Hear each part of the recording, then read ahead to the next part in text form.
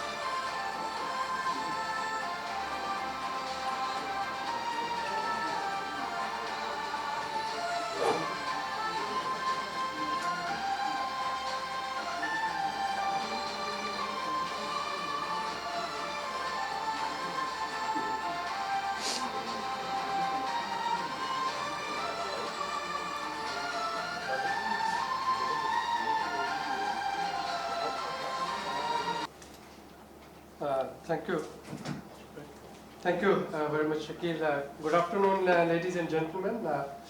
In the beginning, first of all, let me take this opportunity to pay my special gratitude to Mr. Zahid Latif Khan, Chairman ISC, for agreeing to jointly organize this important event today.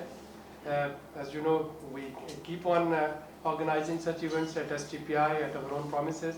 And one of the suggestions that we received that we need to come out from Sdpi and we need to go to the stakeholders where they can spare time and they can join us and they can also give us their input in our proceedings. So that's why we approached Zahid Khan Sahab, and we had already signed an MOU with Rawalpindi Chamber of Commerce when Khan Sahab was president of the chamber.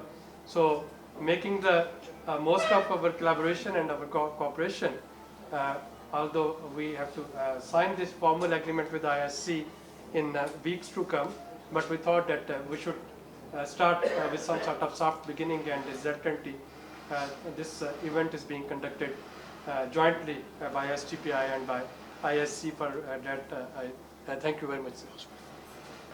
Second, my special gratitude for Excellency Yao Jing to spare time and to be with us. I know how busy he is dealing with this calamity, how busy he is keeping the morale up, not only of his own team, but of Pakistan's authorities, and of course showing confidence in us.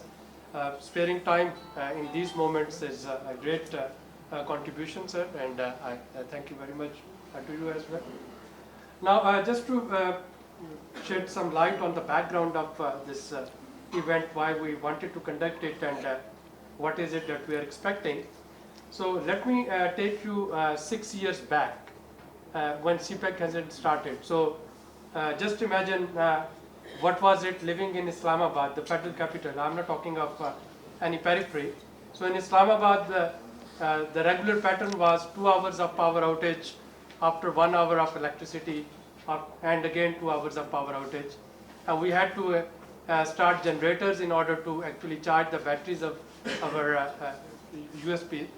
So the power system, it was almost crumbled. We tried our best before that to sign a deal with the civil nuclear technology deal with United States, which we were never allowed to.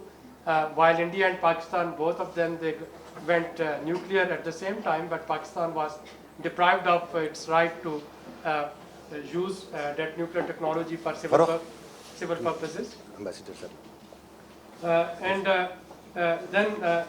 course, these were the times when China and Pakistan, they joined hands and they thought of starting something which now we know as CPEC, China-Pakistan Economic Corridor, and which is an important component of Belt and Road Initiative. And if someone says, again, going back to 6 years, some of the myths which were created, and let me quote a few of them. The one was that it is a Chinese model of neo-colonialism. The second was that once they will start working on CPEC, Pakistan would be full of Chinese workers and there would be no place for Pakistani workers. China would dominate Pakistan. Pakistan would fall in a debt trap, which it would be extremely difficult for it to come out. And this is a baseless accusation which even very senior level representatives of America, they kept on repeating. They repeated it a few weeks ago in Islamabad too, which I'm glad that the Foreign Ministry and the Embassy, both of them, they rebutted. And then it was said that Gwadar is a strategic project, not a commercial project.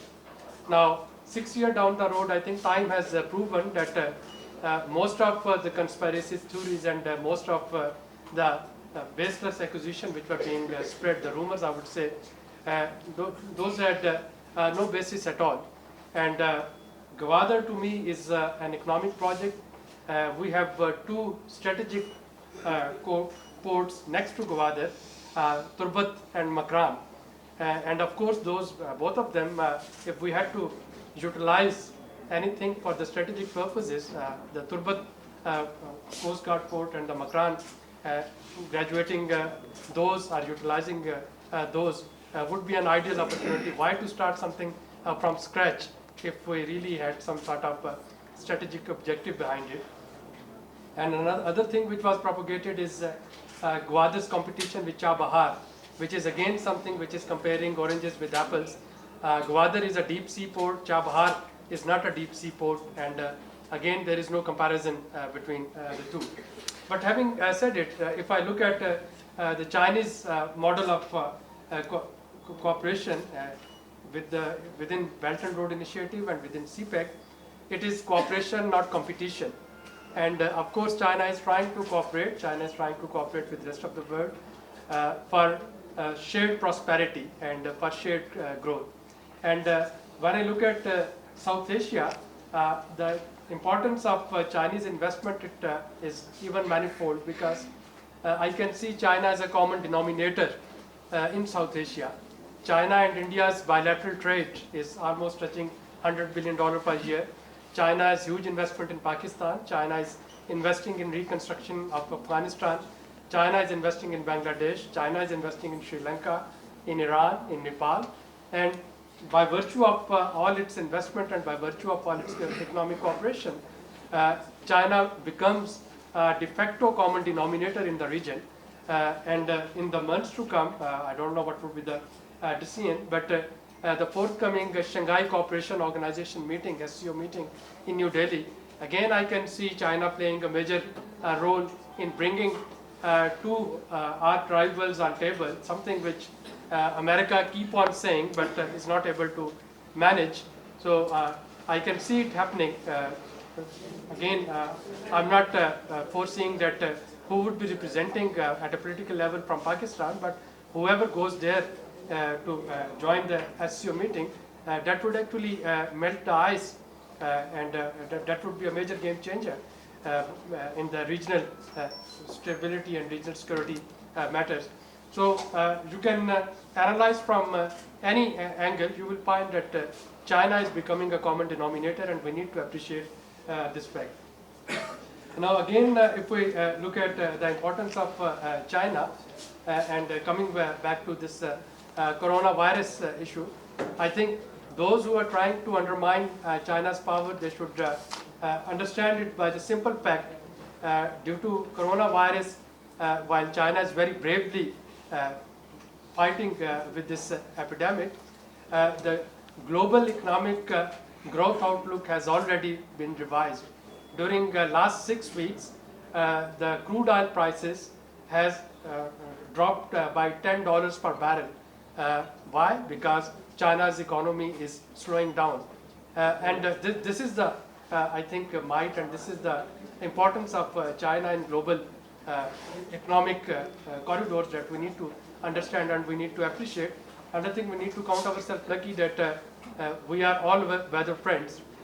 We were friends when Pakistan and China, they were at the same level of development. And we are friends when China, of course, is one of the global giant in economic development, and Pakistan is there. Finally, before I come to Zahid Latif Saab and to the Excellency Ambassador, I must also appreciate the fact that Chinese investment in Pakistan is not one-size-fits-all model. China is willing to review and revise its strategy whenever Pakistan has asked it. And the phase 2 of the free trade agreement is one of the examples when we raised this issue that perhaps Pakistan was not able to get the maximum benefit from a free trade agreement. China was more than happy to review it and to accommodate whatever suggestion Pakistan government presented. Similarly, in the CPEC initial drafts, if you see, there were those options for having coal-based power plants, but when Pakistan raised those environmental issues, those coal-based power plants, their number was capped to 4, and China never had any objection to it. I think what is required, and through today's event, discussing it with all the business community leaders, it is to bring our own house in order and to get prepared for the opportunities that China is offering. CPEC per se is not the solution of all our ailments. CPEC is one of the instruments. It is up to us whether we use that instrument in our favor or whether we are unable to use it. And the example that I want to give before this free trade agreement phase 2 got implemented in 2019, China has given us a $1 billion window for exports. And Ambassador would correct me, my calculation is that we were only able to export goods worth $300 million. We had nothing in our supply side to export to China, while China had offered this $1 billion window, duty-free, quota-free export from Pakistan, that Pakistan couldn't utilize. So if we want to capture upon the second phase of FTA, if we want to capture the growth momentum that CPEC and BRI is offering us, then we have to bring our own house in order. We have to prepare accordingly, and if we are prepared, then of course we can get benefit from CPEC and BRI. If we are unfortunately and God forbid not prepared, then of course China can only give us fish. China can't teach us how to eat that fish, and then comes the model how to catch that fish. So thank you very much. We are looking forward to a very interactive discussion, and with these brief remarks, I'll request Zahid Latif Khan sir to say. He will give the presentation. Give a presentation. Okay. So I'll request Shakil Rame to make a presentation on it. So we are going to expand this auditorium to CPEC things. This is one of the oldest buildings in Yes, yes. And it's very neat and clean and beautiful. Can you hear? When the road initiative and CPEC. Because Chinese model of development, or Chinese model of engagement at a global level is different from the capitalist model. So Chinese model talk about the shared prosperity. That means if I am good, I am better off, other people should also be the better off. So that is the basic, you can say, the behind the concept of this Belt and Road Initiative.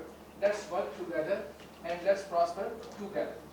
From here, I will start with BRI.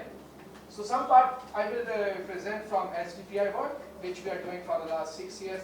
I think we were the first institution who started the work on CPEC when it was in the inception phase. So we are working there. And some part I will refer from the World Bank reports, some advancement of transportation, and some other multilateral organizations. Why I kept the multilateral organizations? Because most of the time, so we see and we witness the criticism, but their own work, when they go for the actual models and actual work, they present a different story. So I want to break this in between. So first of all, why we needed BRI, Belt and Road Initiative? Because in 2017, McKinsey, so they pointed out that one need $5.5 trillion per year for infrastructure development. That is a gap, $5.5 trillion per year. It's a huge. No single country can take on that. Second, so in Asia, the gap for infrastructure investment is $800 billion. Then in South Asia, it's 1.7 to 2.5 trillion dollars. Then it was in South Asia, it was 6.6 to 9.9% of the GDP. So can Asia, the South Asia can generate those resources? No. So then 2 million people are graduating toward the middle class till 2030. And a major chunk will come from China, India, Pakistan, Bangladesh, some other countries in the region. Second, on the development side, if you look at that, the 600 million people are living below the extreme poverty. If you look at other figures, 820 million people are food insecure. And there is a point to note.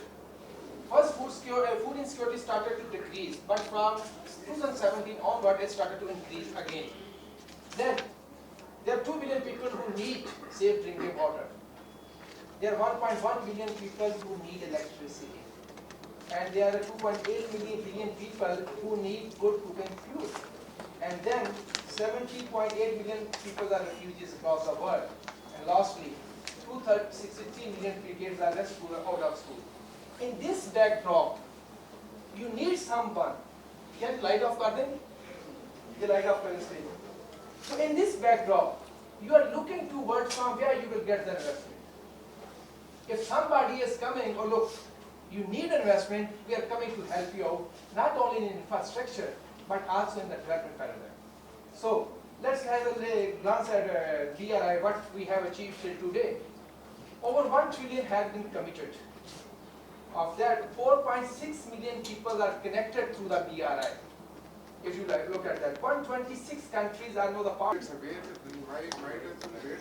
No, I think it would No, interrupt, actually, Ambassador has also to go. Ambassador has to leave as is well. not actually confirmed. Beach Management Company. I welcome all, and Excellency Georging and Dean of Ambassador, Mr. Tajan Moulamov. There were few ambassadors more, but they had to leave because of their commitments. Sorry for the bad voice, but I assure you that this is a usual virus associated with Hajj and Umrah, so please bear it with me. So now I will give a little overview of what ISC REIT Management Company is. So there were 3 stock exchanges in Pakistan, and ISC was one of them, established back in 1989 by the Rawalpindi Chamber of Commerce and Industries. The senior leadership of then RCCI, they established Islamabad Stock Exchange. And back in 2016, all the 3 stock exchanges got merged into Pakistan Stock Exchange, whose 40% stake has been taken over by the consortium of Chinese stock exchanges. So the ISC, the erstwhile Islamabad Stock Exchange, was converted into an NBFC, non-banking finance company, with the license of Real Estate Investment Trust. So ISC Towers REIT Management Company has the license to form, launch, and manage the Real Estate Investment Trust under the rules and regulations of the apex regulator, which is Securities and Exchange Commission of Pakistan. About Rawalpindi Chamber of Commerce Industry, in which I have been associated, I was president a couple of years back, and during that, we took a very large delegation of businessmen to Gwadar. 102, number of delegates. Among them were 42 presidents of the different Chamber of Commerce, and still we remember that event. And we are thankful to the Excellency and the Chairman, COPHC, Mr. Bau, who helped us. And at that time, we tried our best to take the ambassadors of the Central Asian Republic and the Caucasian states to Gwadar, because everyone was talking about Gwadar, but hardly anybody had seen Gwadar. So in last 2 years, I know that there has been tremendous progress under the CPEC, especially in Gwadar. And we at the ISC and RCCI still, are desirous to take the ambassadors over there, and I was expecting that the speaker would have been here, but he'll be here, and we will request him that he should facilitate us in getting the necessary NOC from the Ministry of Foreign Affairs. So, ladies and gentlemen, let's come to today's topic. As we all know, that CPEC is the flagship and the most actively implemented project of Belt and Road Initiative, where Pakistan and China have been launching projects mainly in the areas of energy, infrastructure, road, railways, developments, seaports, etc. Through CPEC, Pakistan is harnessing its geostrategic location into a geo-economic advantage, and the region will be integrated into an economic hub, promising a great future for its populace. The government is expanding the scope of CPEC so that it becomes a gateway of prosperity for both countries and the region at large. So, when the economists and the researchers talk, it's very difficult for a businessman to speak, but I think we can translate their dreams into the reality as a businessman, because we become the conduit between the think tanks and the real groundwork. So, CPEC is being expanded in the area of trade and market access, industrial development and global value chains, socio-economic development and poverty alleviation, agricultural modernization and marketing, Gwadar Oil City, Gwadar International Airport, Gwadar Port, and the blue economy and regional connectivity and third country participation. As mentioned by our group leader, Mr. Suhail Altaf, about the opportunities of CPEC vis-a-vis Central Asian republics and onward to the Euro-Asian countries. That was the endeavor of Rawalpindi Chamber of Commerce, that we always wanted to have a connect, because we also believe that only making a road between Gwadar up to the Khunjra Pass is not sufficient unless and otherwise we have a connectivity to the Central Asian republics and onward to those countries, and it can bring the prosperity not only for Pakistan but for all the entire region. So the governments of both the countries are also well poised of the fact that this should be expanded to other countries as well to derive maximum benefits out of it. In this regard, the government of Pakistan, besides offering to Saudi Arabia and Egypt, has also invited Afghanistan, Tajikistan, Uzbekistan, and other Central Asian countries to join CPEC. And in the days to come, a new Silk Road originating from Central Asia and China through Pakistan is going to emerge. In the long run, it may be connecting with Central Asia, Africa, and Europe too. It's good that today we had an interactive session, and there were 2-3 important concerns, and there were genuine concerns, and people want to know about the reality, and I think few answers has been given, but we would like to listen to the Excellency, the Ambassador, and I'm sure that most of the concerns will be addressed. But there are, a few false propaganda as well. So since the inception of the China-Pakistan economic, and I wish to put a few facts, since the inception of the China-Pakistan economic corridor, Pakistan has been witnessing an unprecedented growth upward trajectory in the socio-economic domain, with a major uplift in the energy sector and transportation infrastructure over the past 6 years. So there are challenges, but of course we have seen the development and progress in the energy sector and the infrastructure. Back in 2013, Pakistan was under acute energy crisis when the local industry was relocating to the neighboring countries, and some parts of the country were witnessing electricity load shedding. Similarly, in 2013, the transport network was also in a bad condition. Now, with the improved transport network, we are in a better position. Gwadar Port and Free Zone is developing very fast, and it can, help in our exports growth. But for the matter of export, Pakistan needs to have an export surplus. Without that, if even China or any other country gives you the FTA or special concessions, if you do not have the export surplus, so that concessions are just you know, useless. So I would not take much of your time because I understand that much has been spoken about. The very detailed presentation has been given by Mr. Shakil Rame and also by Mr. Abid. So in the end, I want to suggest that China Study Center should build partnership with ISC and business community through RCCI to support them to develop innovative ideas and business proposals. Moreover, business community, especially from China, should support indigenous research organizations like Sdpi to counter baseless propaganda on the basis of facts and figures. At the end, I take liberty of this forum to highlight that under CPEC, number of infrastructure-related projects are to be executed, and ISC REIT can play an effective role in the development of these projects under JV model. REIT is a transparent way of undertaking the real estate projects, hence give boost to a great confidence. So thank you very much, ladies and gentlemen, for coming. Thank you very much. Without ado, if we can. Happy to be in this event. I think that this is a combination of the thinkers and, I say, practitioners, businessmen, and think tanks.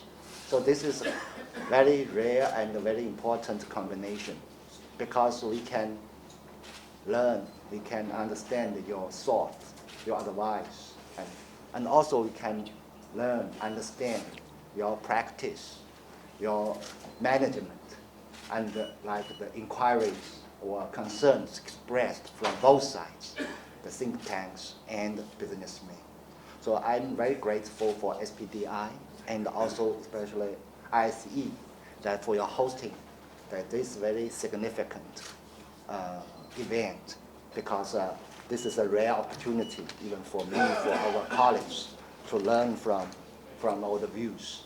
Second, since that topic, 6 years BRI and CPEC, so I would like to a little elaborate about my views.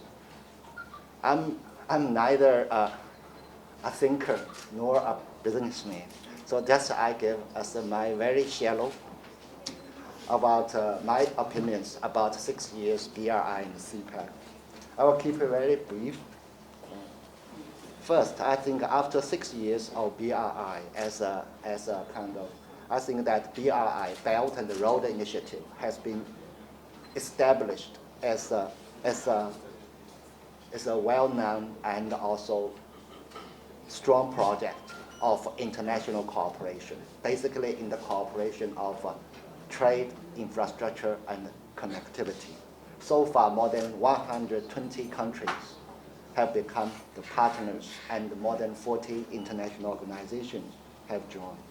And the second, I think that BRI, after its 6 years, it has provided credible and tangible benefits, not only to China, but also to all of the world.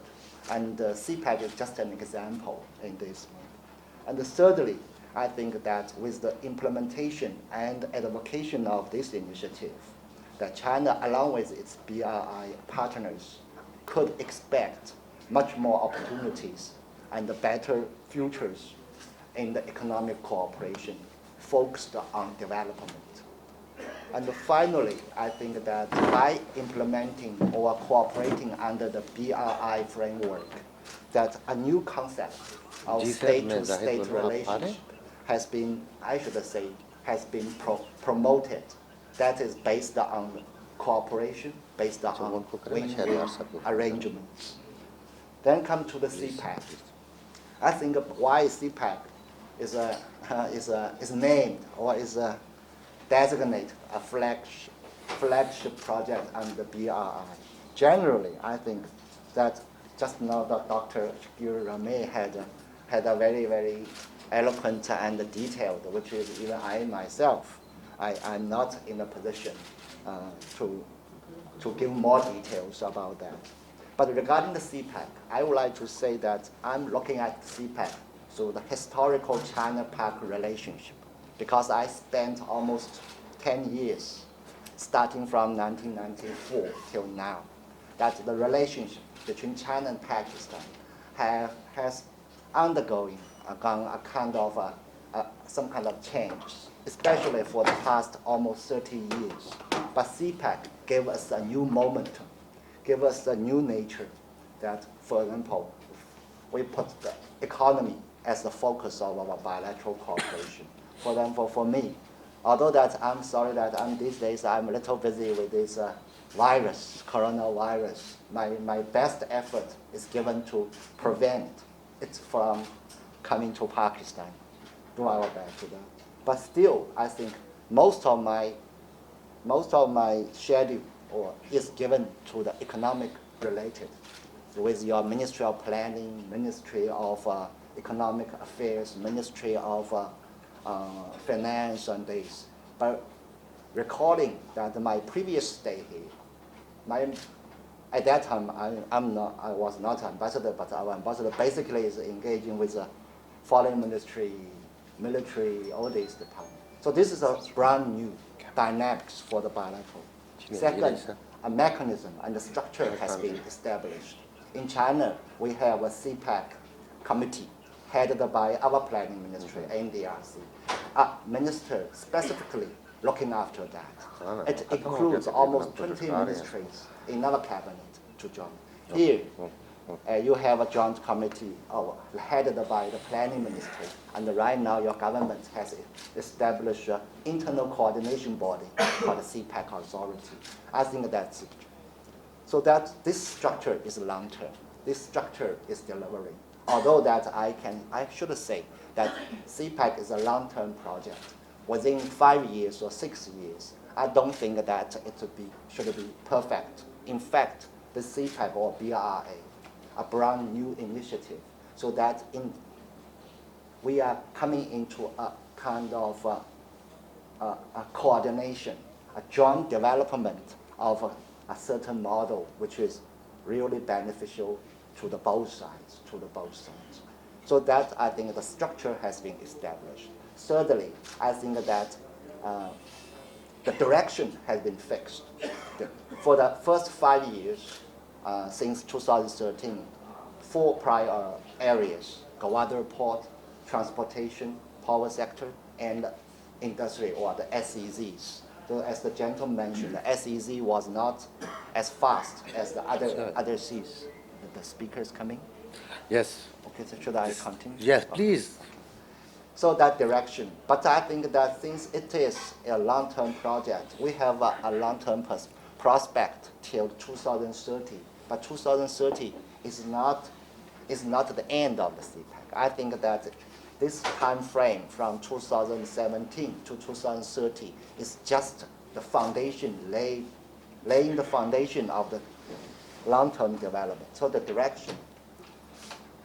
And finally, I think that the policy from both sides, from the Pakistani government, from the Chinese government, right now are becoming, I think, more and more clear and more firm, or more firmly, because that this is a major project, CPEC, between China and Pakistan, and China and Pakistan. So when the system is there, when the direction is clear, when the policy is set, and when the structure is there, future direction, I believe that CPEC. But there are several things. I think I just take this opportunity to contribute to my thoughts. For example, that yes, we have under the CPEC, we have majorly, I think, is the energy sector. Like we have 3 coal-based power plants. In fact, they are IPPs. But why that CPEC contribute 10,000 megawatts, but your price is still coming out? Some they have mentioned that, yes, I think even the Chinese investors, when they come to Pakistan at this stage, the biggest problem they faced, the high cost of power. Only this one point will stop them from sending their money here. So we are more concerned by the local businessmen. But I don't think that it's fair to blame CPEC for that. Because, for example, we want to have more power production.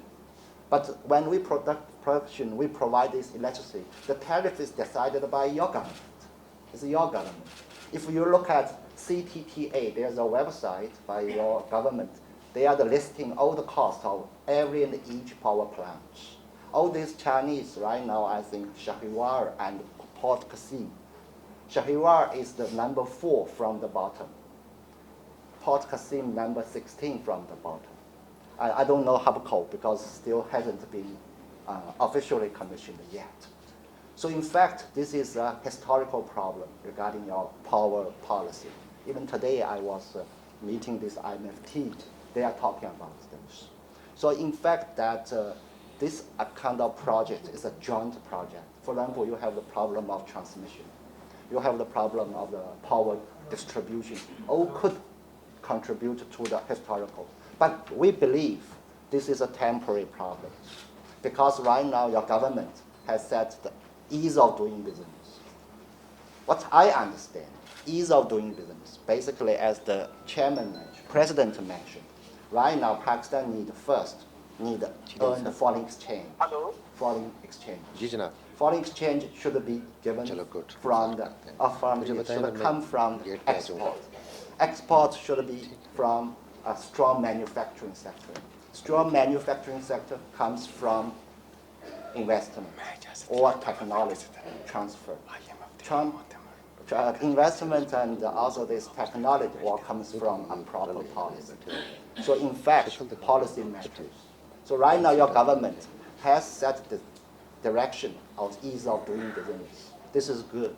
This is good. But I think maybe it takes more time and more efforts to make it happen, to implement these policies, implement policies. Sometimes that money doesn't matter, policy matters. You have a policy, money comes. And this is a global and market. And this money, I think, is only I think, attractive by a certain environmental policies. But I have every confidence in the future of Pakistan's economy. In fact, because first, your government has a very clear direction, and the second, that the international community is giving more and more confidence on that. So, and of course, China and the Sdpi is a contributor of, among the others, of your futures. And there's another gentleman, I think, from Balochistan mentioned that why Balochistan is not a benefit as other parts or whatever that is. And Dr. Ramey also gave his answers, and I totally agree with that. I totally agree with that. For China, I think that for any country, that we cannot have a quick fixation of all the problems. Even in China, the western provinces of China, although we have so-called second largest economy, but if you visit China's Balochistan, like Xinjiang, Tibet, or these places, 40 days, we are trying our best, but still they are lagging behind compared with our eastern part. These things are based on maybe because of the history, maybe because of the resources, maybe because of the different priorities given to the different coastal. But one thing, I think, economy, if the economy want to be boosted, coastal areas, ports, they should be the first. So I'm always looking at your Karachi, Gwadar. If those ports, they are boosting, flourishing, then the economy is helpful. Fortunately, I see more and more activities in both Karachi port, Qasim port, and the Gwadar port. That means the economy is. But this doesn't mean, for example, Port Gwadar is in Balochistan. In fact, in this year, we have 5 new projects given to Gwadar. That's this new water desalination plant, power plant, hospital, vocational training center, and new international airport. So I believe when we are making this cake of CPAC, much bigger, then the share definitely or naturally will be bigger to every part of Pakistan and every location. But this stage is the stage of making this cake. So I'm confident the people of Balochistan, the people of Pakistan, everywhere else, definitely finally will benefit of the economic development of Pakistan per se. But the CPEC will be a contributor to this kind of development. Since today there are a lot of media here, I just want to a few more points regarding the current situation, this coronavirus. And there are quite a lot of inquiries that how this coronavirus could affect China's economy, and to some extent to our economic cooperation with Pakistan, like our investment and input on the CPEC. I think this is very relevant. Even we, the Chinese government, the Chinese people are quite concerned about the economic aspect of this outbreak of this. But first, let me make very clear, the Chinese government has full confidence, have the full capability in dealing with this challenge or crisis. We take it as a very short period challenge. And if you look at that, our government or the whole China right now, that all the resources and all the system is mobilized in dealing with. So starting from the day before, that the confirmed cases have been less and less, and also that the cures have been increased. So this is right now. Compared with this outbreak, along with the CPEC cooperation relations, I don't think that CPEC is a long-term project. And right now, I think both the Chinese and the Pakistani government, we have our fixed and functioning mechanism. So this short-term temporary outbreak won't stop our cooperation with Pakistan in moving forward with. Second, currently, the technology has reached to such a stage that you may not need a lot of physical presence of laborers or engineers on all these projects. For example, I believe in the port of Gwadar, Mr. Zhang, your personnel is about 54 people with a lot of local. They are running the port. Even maybe you can have less, and then still the port won't be affected. Only 14 Chinese working. 14 is working on the port. Yeah, of course, big local team. 400 local. 400. So that I think the technology is improved. There's no more need a lot of physical.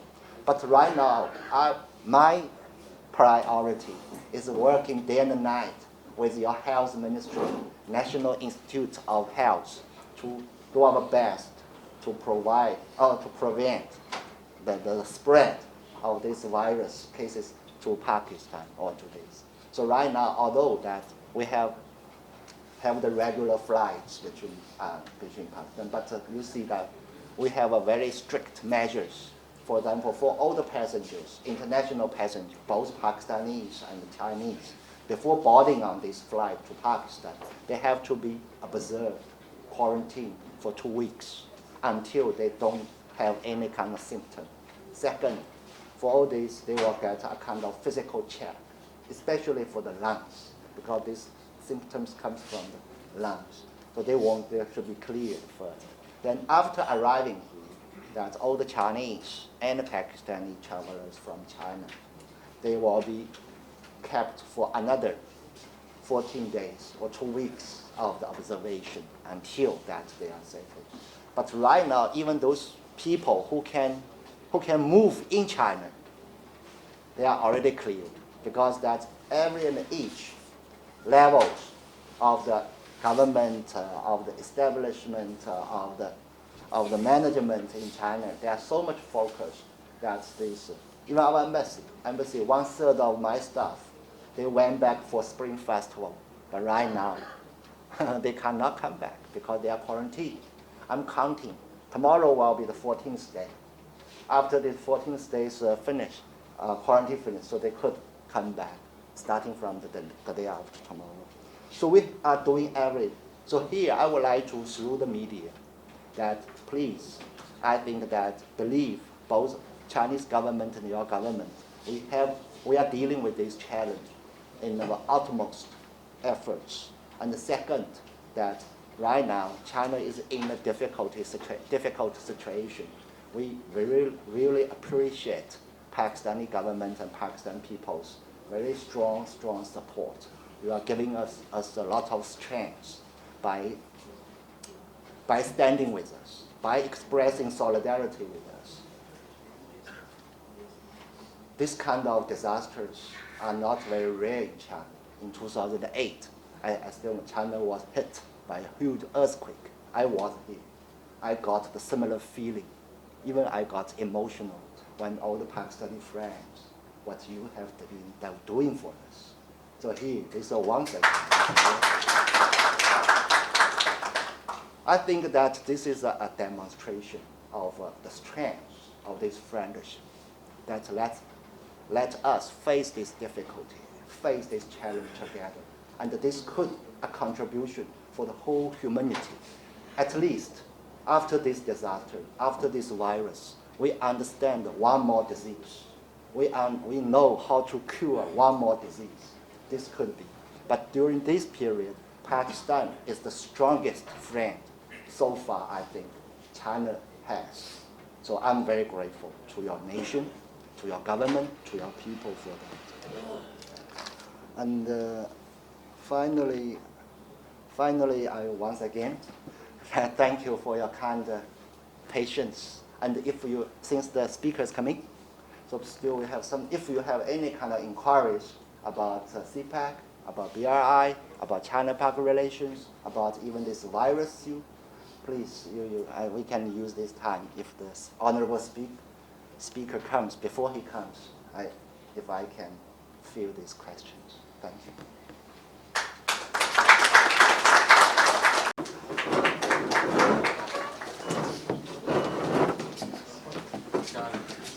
Assalamu alaikum. How are you? Thank you for your blessing. Assalamu alaikum. Dale ji, ठीक ठाक? रखा से?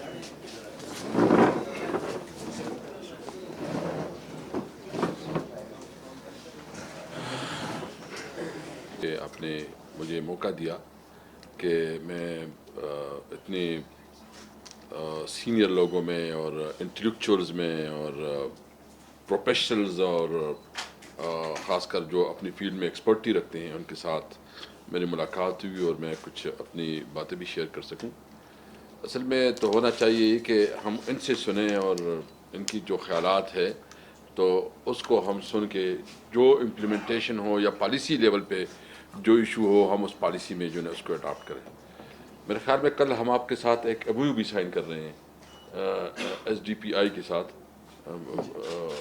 वो MOU भी sign कर रहे हैं कि जो हमारे CPEC की कमेटी है हम एक थिंक टैंक बनाना चाहते हैं कि जो आप जैसे लोग हैं जो कि प्रोफेशनल्स हैं उनकी आरा को और उनकी इनपुट को हम अपनी कमेटी में जो है ना वो शामिल करें।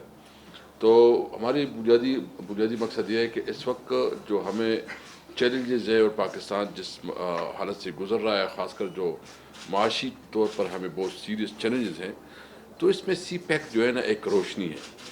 इसमें BRI और ये प्रोजेक्ट जो है ना ये हमारे इकोनॉमी के लिए एक रीढ़ की हड्डी की हैसियत रखती है और इसमें जितनी भी इसकी कंपोनेंट्स हैं वो कंपोनेंट्स, और हमें खुशी इस बात में भी है कि अभी एग्रीकल्चर भी और सोशल सेक्टर भी इसमें इंक्लूड किया गया है।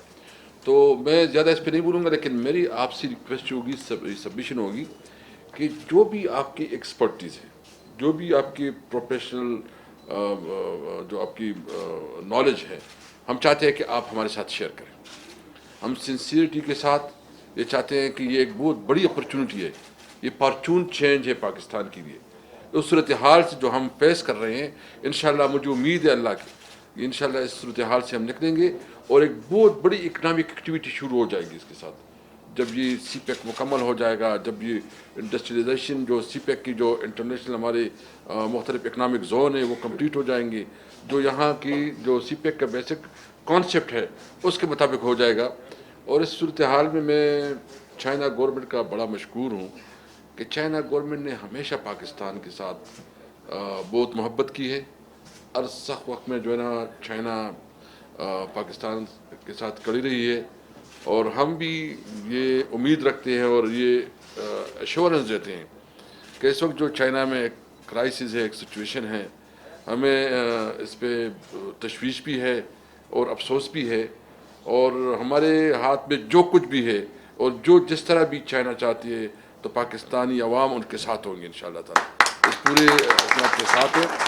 ہم جو اسمبلی میں ہم نے جو ہماری سی پیک کمیٹی ہے اس میں ہم نے ابھی کوشش کر رہے ہیں کہ ایک تھنک ٹینک جو ہو، اور وہ تھنک ٹینک جو سی پیک کے حوالے سے اس پالیسی میکنگ میں ہمیں ہمارے ساتھ جو ہے نا مشاورت کرے. تو انشاءاللہ تعالیٰ آپ کے ساتھ ہماری ریگولر انٹریکشن رہے گی، اور میں آپ کو یہ بھی ایشورنس دیتا ہوں کہ انشاءاللہ تعالیٰ یہ گورنمنٹ بھی اور خاص کر جو ہماری اسمبلی ہے، پارلیمنٹ ہے، اس پروجیکٹ میں اپنا بنیادی کردار ادا کرے گی، اور پالیسی لیول پہ آپ کی جو اوپینین ہے، آپ کی جو تجاویز ہے، انشاءاللہ ان کو انکارپوریٹ کرے گی. Thank you. Thank you very much, sir. We are so grateful for your kind comments and your support in the event of this coronavirus thing for the China and the Chinese people. We are all Pakistanis stand besides the Chinese people. Thank you very much. So today's session is closed, and we will keep on interacting. We'll have a group photo with the ambassador and the speakers. Chairman, if you just allow me. Please, sir. Taking advantage of Speaker Saab's presence. Speaker Saab, सबसे बड़ा इस वक्त में जो इस वक्त problem है वो इकोनॉमिक रिलेटेड है, और बिजनेस कम्युनिटी जो है वो सबसे बड़ा स्टेक होल्डर है. पार्लियामेंटेरियंस का और बिजनेस कम्युनिटी का इंटरेक्शन उस लेवल का नहीं है. مطلب آپ کے پنڈی کے ہو گئے، لاہور کے ہو گئے، پشاور سے ہو گئے. میں چاہتا ہوں کہ آپ کے ساتھ ہمیں ایک انٹریکشن کریں، اور اس کے لیے جو بھی ہمارے پارلیمنٹ میں جو مختلف فیلڈ کے ایکسپرٹس ہیں، مختلف پولیٹیکل پارٹیز کی، اس کو بھی ہم انگیج کرنا چاہتے ہیں. اور آج ہم نے کچھ بزنس اسٹینڈنگ کمیٹی میں بھیجا ہے، خاص کر جو ایکسپورٹس کے حوالے سے ہے، تو ہم ویلکم کرتے ہیں. میں اپنے اسٹاف کو کہتا ہوں کہ آپ کے ساتھ جو آپ کے مختلف چیمبرز کے نمائندے ہیں ان کے ساتھ انشاءاللہ ہم پارلیمنٹ میں ایک میٹنگ بھی کریں گے، اور میں اپنے لیول پہ جو بھی کنٹریبیوٹ کر سکتا ہوں میں پازیٹیولی کنٹریبیوٹ کروں گا انشاءاللہ. Thank you very much, sir. So please join us for the cup of tea here. Thank you very much.